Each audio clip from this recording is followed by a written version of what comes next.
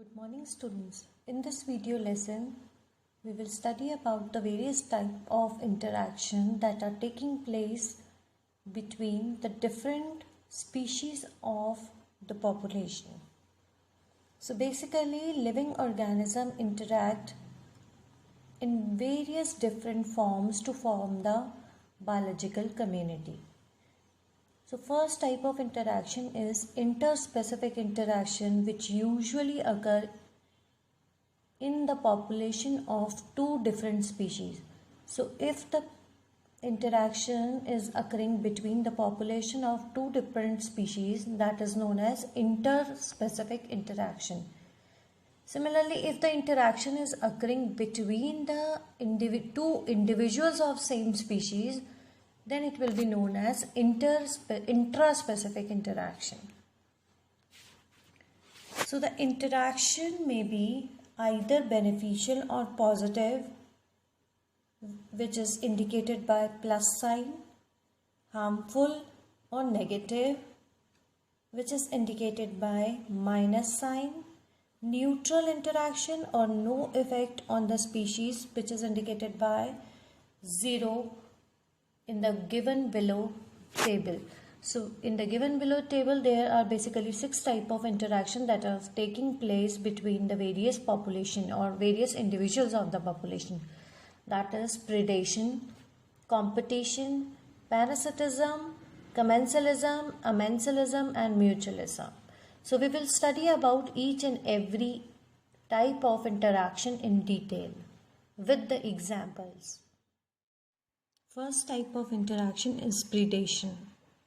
It is an interspecific interaction where an animal called as predator kill and consume the other weaker animal called prey. Predation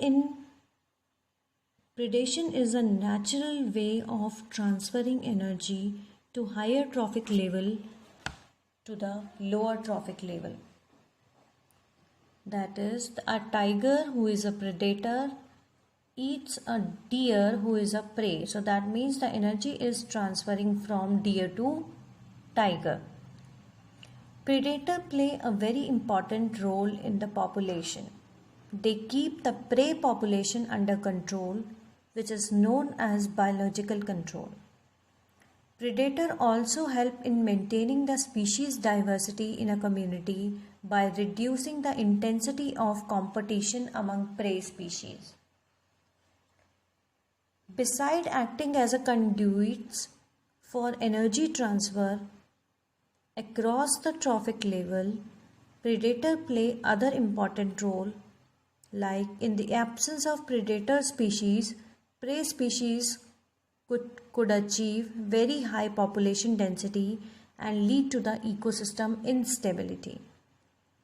When certain exotic species are introduced into a geographical area, they become invasive and start spreading very fast because the invaded land does not have its natural predator.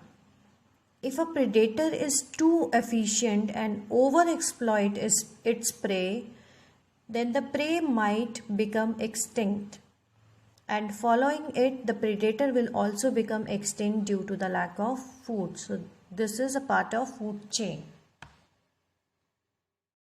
As we said earlier, some predators are used as biocontrol agent to control the population of pests. For example, the ladybird are useful to control aphids and dragonfly for mosquito. Various species of the prey develop different types of defense mechanism to reduce the impact of predation. Some of the examples are as follows. First is certain insect species and the frog have camouflage. That means to avoid being detected easily by the predator, frogs and insects are cryptically colored. That means they change their color as per the environment in which they found. Another is the monarch butterfly is highly distasteful to its predator, usually birds, because of a special chemical present in its body which is acquired by the butterfly by feeding on a poisonous weed in its caterpillar stage. Herbivores are the predator for plants. The problem of predation is more severe for the plant as compared to the animal because plants cannot move from one place to another. About 25% of the known insects are the phytophagous and feed on the plant sap. Some plants have developed certain morphological and chemical defense mechanism against herbivores. For example, thorns in bougainvillea and spines in acacia. Some plants produce highly poisonous chemicals like cardiac glycosides, nicotine, caffeine, quinine, strychnine, opium, etc. that are produced by the plant actually as a defenses against grazers and browsers. So these are the various examples where defense mechanism is developed by the plants and the animal species to protect them from the population of predator. Another type of population interaction is competition. In this type of interaction, both the species suffer. It may exist between two different species in the form of interspecific competition or between the individuals of the same species in the form of intraspecific competition. The competition occurs due to the limited resources between closely related species. Some totally unrelated species could also compete for the same resources. In interspecific competition, the feeding efficiency of one species might be reduced due to the interfering and inhibitory presence of the other species. Although the resources are abundant, that means if there are chances when the resources are in appropriate amount, but the feeding efficiency of one species can hamper the feeding efficiency or interfere the feeding efficiency of another species. For example, after the introduction of goats in the Galapagos Island, the abundant tortoise became extinct within a decade. It was due to the fact that the goats had greater browsing efficiency than the tortoise. And because of the introduction of goats, the competition occurred between the goats and the tortoise, and the population of tortoise extinct from that particular area within a decade. Some totally unrelated species could also compete for the same resources. Like in some shallow South American lakes, visiting flamingos and resident fishes compete for their common food known as zooplanktons. So this slide includes the three very important concepts as per the board examination. Please mark it as a very important concept and write it down in your notebook. That is competitive release, Gauss competitive exclusion principle, and resource partitioning. Competitive release basically refers to the phenomena of a species whose distribution is restricted to a small geographical area because of the presence of competitively superior species. It is found to expand its distributional range dramatically when the competing species is experimentally removed.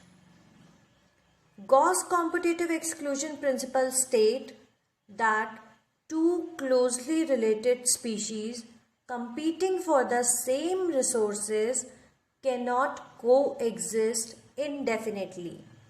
That means if the two closely related species are competing with each other for the same resource, then both of the species cannot coexist and the competitively inferior one will be eliminated from the population. Third is resource partitioning. It refers to the phenomena in which species facing competition might evolve mechanisms that promote coexistence rather than exclusion. So resource partitioning says that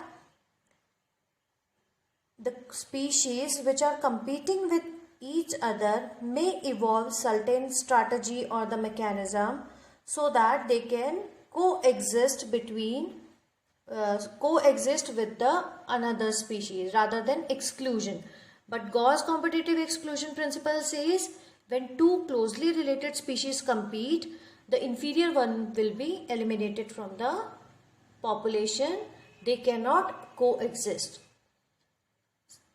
But resource partitioning says that these two particular species which are competing with each other, they might develop certain strategy or the mechanism so that they can coexist with each other rather than excluding one species.